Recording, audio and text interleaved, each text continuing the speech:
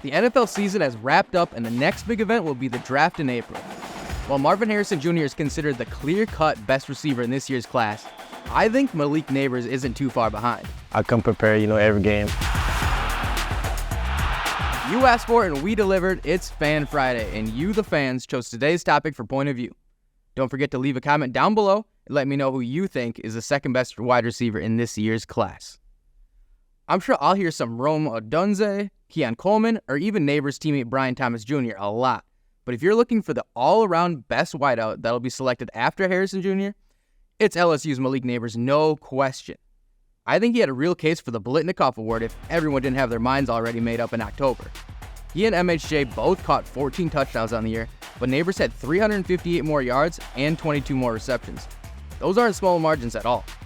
LSU QB Jaden Daniels definitely thought he deserved it.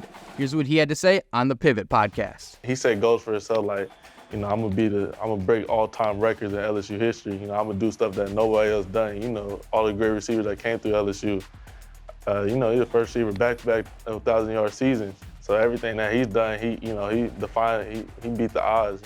He defined everything that he did. So that's my dog. So he should have been the Blitnikoff winner. And all respect to Marv. But I'm always ride with Malik.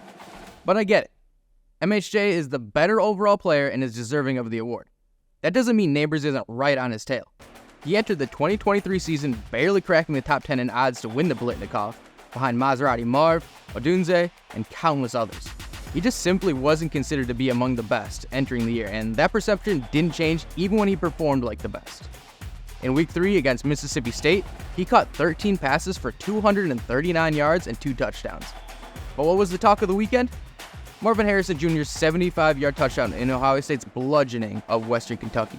He had 5 catches for 126 yards that game. Respectable numbers, but nowhere near what Nabers did against a much tougher opponent. The limelight just wasn't on Nabers' side, but his head coach Brian Kelly was always with his guy, as any good coach would be. Here's Kelly on his star receiver. I think he's the best wide receiver in the country. And I'm sure that Coach Day is going to say that his guy is the best. And I totally understand that. But Malik Nabers, in terms of what he does, on jet sweeps, what he does in terms of yards after the catching the ball down the field, I think he is, multi-dimensional in what he does, leading the country in receiving yards.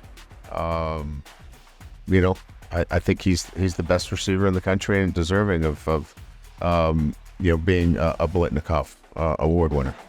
Now with the season behind us, fans and media can look back at the wide receiver class with a more objective lens like NFL scouts do. It's great to have huge numbers in college, but that doesn't always work out in the NFL. Remember Kevin White? He was the second wideout off the board in the 2015 draft after going for 1,447 yards and 10 touchdowns for West Virginia. And while injuries played a part, he was out of the league before he could get a second contract. He just never got anything going. Nabers won't have that issue. His toolbox allows him to play whatever role that will be asked of him. Need a deep threat? He's got road runner speed.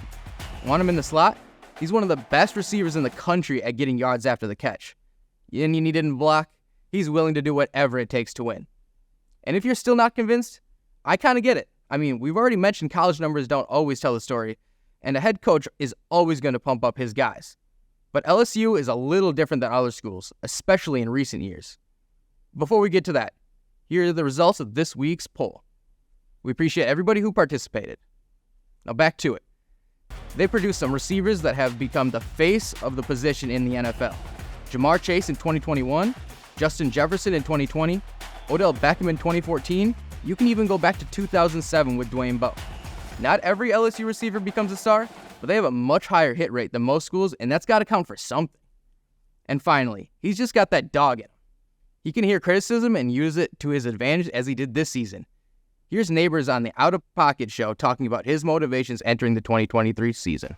I believe I seen something on Twitter. It was like I was the 32nd receiver coming up in this year. So I took that personal. I was the top 5 receiver out of all Power 5. So I took both of those and then I just used it as motivation. Like I looked at it every day, like when I woke up, before I went train, it was just something that I used as motivation to just keep going.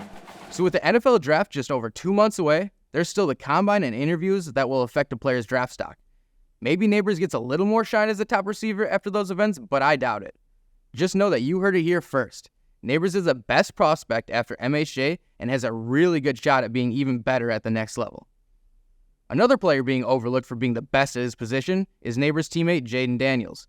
For more on him, be sure to check out our recent point of view. Enjoy the weekend, and we hope to find you here next week.